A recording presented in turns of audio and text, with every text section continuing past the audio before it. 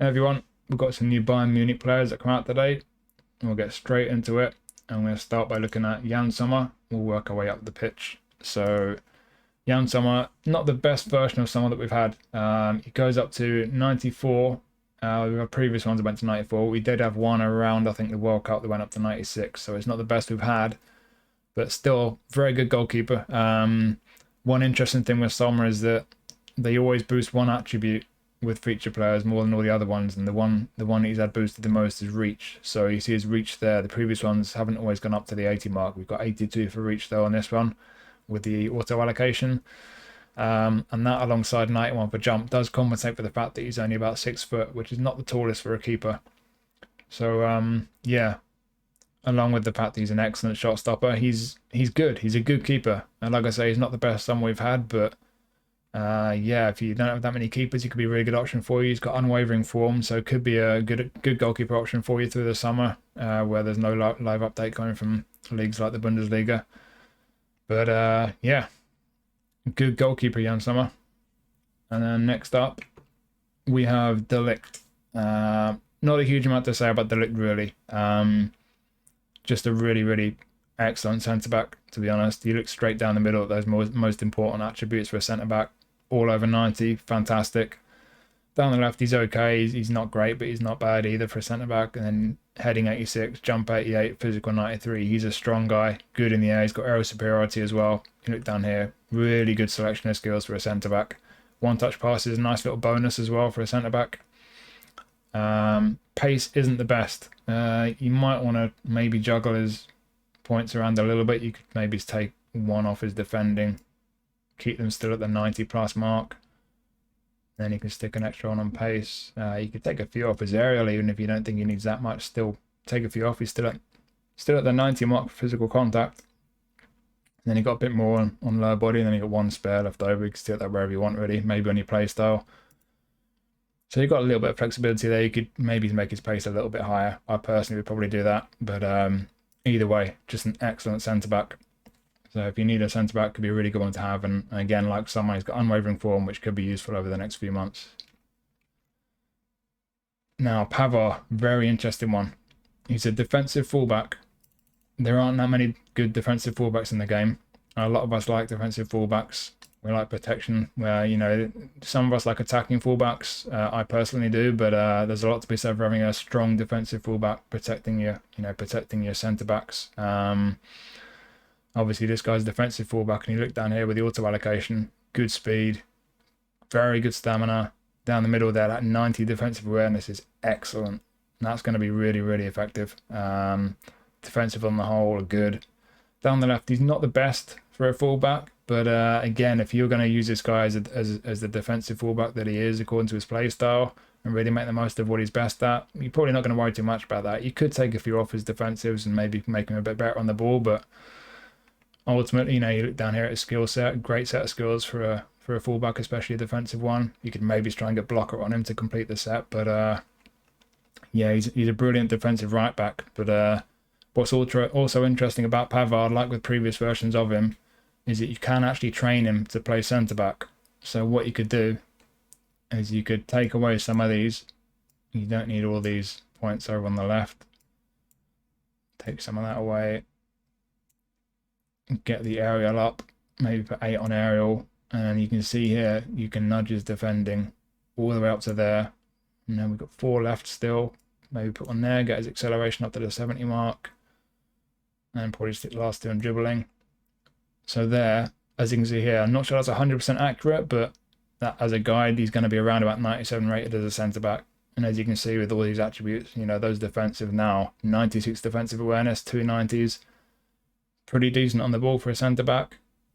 Physically strong, great in the air. He's got that aerial superiority skill. And he's got good pace as well and good stamina. That is a hell of a centre-back. So, again, unwavering form as well, which will be useful in the summer. But you've got 2 options for this guy. You can make him a really elite centre-back, or you can make him a really top right-back as well. You've got 2 fantastic options. So this is a really valuable card to get if you get him. And then next up, we have another fullback on the other side, Cancelo. He's right-footed, down as a left-back, but obviously he can play right-back. So he's very much fullback who can play on either side for you. With the auto allocation, as you can see, it's got good pace, great stamina. Defensives are okay. They're not bad. They're not brilliant. They're just kind of middle of the road. And down the left, he's really good for a fullback. I think ultimately this comes down to what you want from your fullbacks. If you want it to be a bit more defensive, you might want to reallocate some points. But if you like your fullbacks to be attacking and to get forward, and you're more concerned with what they can contribute coming forward, you probably would just want to leave the auto allocation as it is, because like I said, it's great, it's good in the ball. You look especially at the lofted pass there, he's got pinpoint crossing, you see down here. His crossing is going to be fantastic. So yeah, just to illustrate, you could easily knock a few of these off. So if I took a few of these off here, off there as well, and one off his speed, because you can afford to do that. You don't really need the aerials, and then you've got 12 points there. So look, bosh, you get his defensives all to the 80 mark. Personally, I would probably do that. Then you've got good speed still, great stamina. The defensives are now good, and then down the left, he's still good enough. And he's still, I mean, not just good enough, he's good for a fullback. He's still got excellent crossing. He's 80 plus everywhere else down the left. So personally, for a fullback, I'd be doing that. That would be my build. But like with Pavard, this is another really interesting card because you've got two options. You see, you can play him as a right midfielder. If you like a right midfielder, a traditional winger, putting crosses in, this guy can be fantastic. So to illustrate again, what I'll do, I'll take all the defensives off because that's not going to matter when you're playing him as a winger. And then this is where it gets really fun. You've got loads of points to allocate over here. Where are we? Gets balanced up to the 80 mark. 2 points. We're going to put those last two. We'll stick them there. So there, as a right midfielder, you see again the chart up here. I'm not sure that's exactly how it comes out in game, but you're talking about 98 rated for a right midfielder. That's obscene. You look at the stats down here, great pace. Now we've got like 81 balance, good balance, great stamina. And then down the left, 85 offensive awareness for a wide midfielder is fantastic. He's really good on the ball. His low pass now, 85 is really good, but 92 for lofted pass with 84 curl, 81 kicking power and pinpoint crossing skill. This guy's crossing is going to be ridiculous. So there you go. Could be a really good fullback, but you train him like this to play him as a right midfielder. That's what I'm going to do because I've spun him. I'm very happy about that because I do play wingers, traditional wingers. I like to put crosses in. This guy is genuinely one of the best right midfielders in the game, if that's the way you like your wingers to play. That 98 there is a pretty accurate indicator for me when you look at his attributes down here. Brilliant as a right midfielder. But again, an excellent fullback as well, right back or left back, and that versatility, if you train him as a fullback, that makes him even more valuable. So as with Pavard, this is a really valuable card. I'm personally delighted that I've spun him. So next up, Kimmich. Pretty much what you'd expect from Kimmich, to be honest. He's an orchestrator, down to DMF. He can play right back, but you're not going to play him at right back. He's just not quick enough to play right back. So you're looking at basically having him in the midfield, and you've got that versatility to play him as pretty much any kind of midfielder in defensive centre or attacking mid, to be honest. The auto allocation with him being down as a DMF obviously has gone quite heavy on defensives. See here, he's got good defensive attributes. Not the quickest, but not the slowest either. His mobility is pretty average. Good stamina though, and then down the left, excellent control on tight possession, excellent passing. A very good build for an orchestrator, to be honest. What it comes down to with Kimmich is, who else have you got in your midfield? Have you got an anchorman or a destroyer who's going to play behind him or alongside him and do all the defensive work? Or is Kimmich going to be the guy who's sitting the deepest for you and you've got more creative midfielders in front of him? If it's the latter, then you'd probably want to keep the build similar to this and have him defensively strong. But if you want him to be a bit more offensive, and if you've got one or two other midfielders doing defensive work for you, personally, I would look to play around a bit. I'll take a load off defending there. A few off aerial for now. Really try and make the most of his offensive abilities. Off we go here, get his stamina up. We've got 3 left. Where's that going to go? Dexterity. We could maybe take. Oh, we've still got 4 on defending. I'd like to get that offensive awareness up 1. What we're going to take away. Take one off dribbling, maybe. I mean, you can do it as you like. See there, you got 1 point left now. Put on a play style maybe, but you get the offensive awareness up to the 70 mark, which is nice. You got 90 there, 89, 90, 90 for his passing. Still defensively okay. Got a bit more mobility about him. 90 stamina is great, good balance. So you've got that flexibility if you get this guy. You can make him a more offensive midfielder if he's not going to be the main sort of defensive component of your midfield. Brilliant on the ball, as I said. Looking down at his skill set here. One touch pass, through passing, weighted pass, pinpoint crossing. He's got great end product. He's going to create chances for you. But at the same time, interception, acrobatic clear, fighting spirit, sliding tackle. He could be very effective playing deeper with more defensive competence as well. So depends how you want to train him really. But either way, again, a really valuable card. He could be very effective for you in a number of ways. So yeah, another really good card there. And then Musiala, also a midfielder, but this guy is definitely an attacking midfielder. Can play wide left. He got long range curler, so he can come in from the left and hit those curlers into the far corner. Could be effective in that way. Personally, I would be using him through the middle, I think, as an AMF. You look at the auto allocation, obviously it's gone heavy on the dribbling. His passing is good as well. You know, he's 90 plus on all these, and then 89 low pass. Offensive awareness would be nice if you get to the 80 mark, but it's not bad. Speed 81. I would like it to be a bit higher. That's the one I probably would like to work on the most. Acceleration is great. Balance is good. You look down at his skill set. Got some dribbly stuff. He's going to be lovely on the ball. Long range curler, as I mentioned. First time shot and dipping shot, so he can take chances. Finishing 74 on the auto allocation is not bad. One touch pass. Super sub is obviously great. It could be very effective coming on second half. But yeah, one touch pass. But you notice through passing is the one that's missing. That's a real shame, because that's a real key skill to have for a creative midfielder, which is what this guy is. He does have one touch pass. He does have low pass 89, so he maybe not going to miss that too much. But personally, I would look to try and get through passing on him if possible. That could really make the most of this guy's strengths. You could, as I mentioned, if you wanted to get his offensive awareness up a little bit, and especially speed, you could say maybe he doesn't need the finishing at 74. 70 is fine. Dribbling is already pretty high. You could probably afford to take maybe his 4 off that, and it's still very good. So then you go over to dexterity, you get up to the 80 mark, and then you got lower body up to 8. There you go, speed up to 85.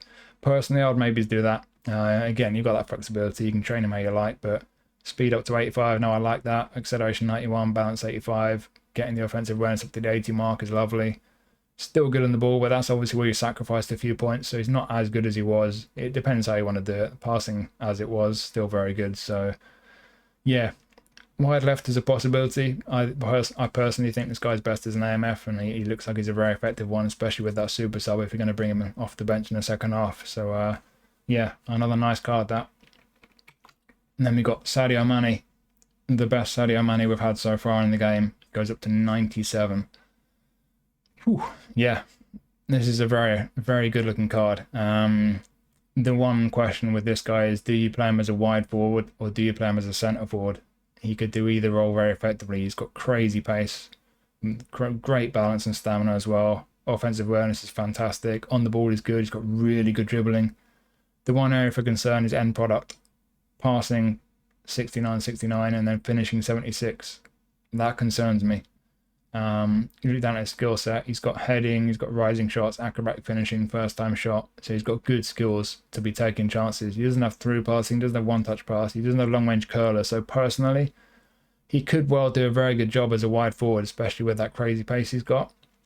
But I'll be looking to make the most of these skills he's got and play him as a centre forward, as a real pacey goal poacher, getting him behind the defence.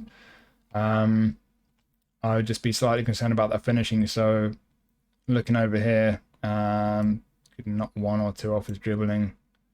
I think with his dexterity and lower body, he's got crazy pace. You could take 4 off each, and still you've got 92 and 90 there. Still a great balance. Stamina as well. Offensive awareness still at 85. I think that's still perfectly good if he's playing centre forward. Then you've got 18 points here.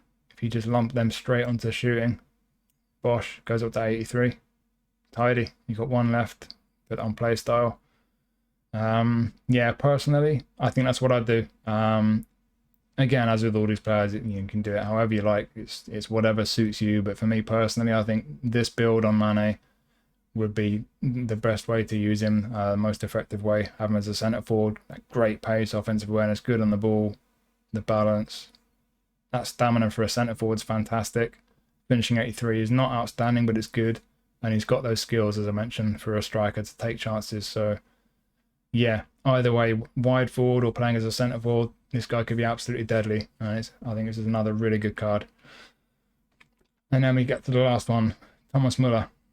Quite a unique one, Muller, because he's a dummy runner. There aren't many top-level forwards on this game who have that dummy runner play style, which essentially is going to mean they make a lot of runs out towards the flank, into those kind of corridors between the centre-backs and full-backs. It can be a nightmare for opposition defenders, moving them around and creating spaces in the middle. And especially with Muller, with the offensive awareness at 92, finishing 90 as well. Really good ball control, tight possession. Dribbling's not the best, and he's not the quickest as well. That's the one real weakness, is his mobility. You're not going to be dribbling past players. Then if you put through balls in behind for him, he's going to probably get caught up pretty quickly by most centre-backs. So got to be mindful of that lack of pace. Not the strongest physically either. Got very good passing, 83 on the auto allocation. You look down here at the skills, heading, acrobatic finishing, first time shot. Great skills to be taking chances when he gets into good positions. He's got through passing as well, which is something that goes well with that 83 for low pass. So that's going to make him very effective for creating chances when he's in those attacking positions. So he's got end product for days, Thomas Muller. Really interesting. Just got to be mindful of that speed, acceleration. As with all these cards, you could play around. You can maybe take a few away from elsewhere. Maybe take one off dexterity. Maybe one off dribbling as well, and then you can get his speed up to 70. You could play a little bit, at least you get those two up to the 70 mark, which is nice. But yeah, ultimately he's a guy who's going to make some very interesting runs. A dummy run is not going to suit everybody, but I think for a lot of people this could be a really interesting card to pick up. Yeah, offensive awareness, finishing, like I say, that skill set. He's going to take chances, he's going to create chances. As long as you're mindful of the fact he's not the strongest physically with his pace or his strength, he's a guy who could be very effective for you. And again, with that dummy runner play style, quite unique. So yeah, that is a very interesting selection of players we've got. Personally, I think it's one of the best club selections we've had in quite a while now. Some really good players in there. So yeah, hopefully you found that useful. Thank you for watching. I'll see you next time.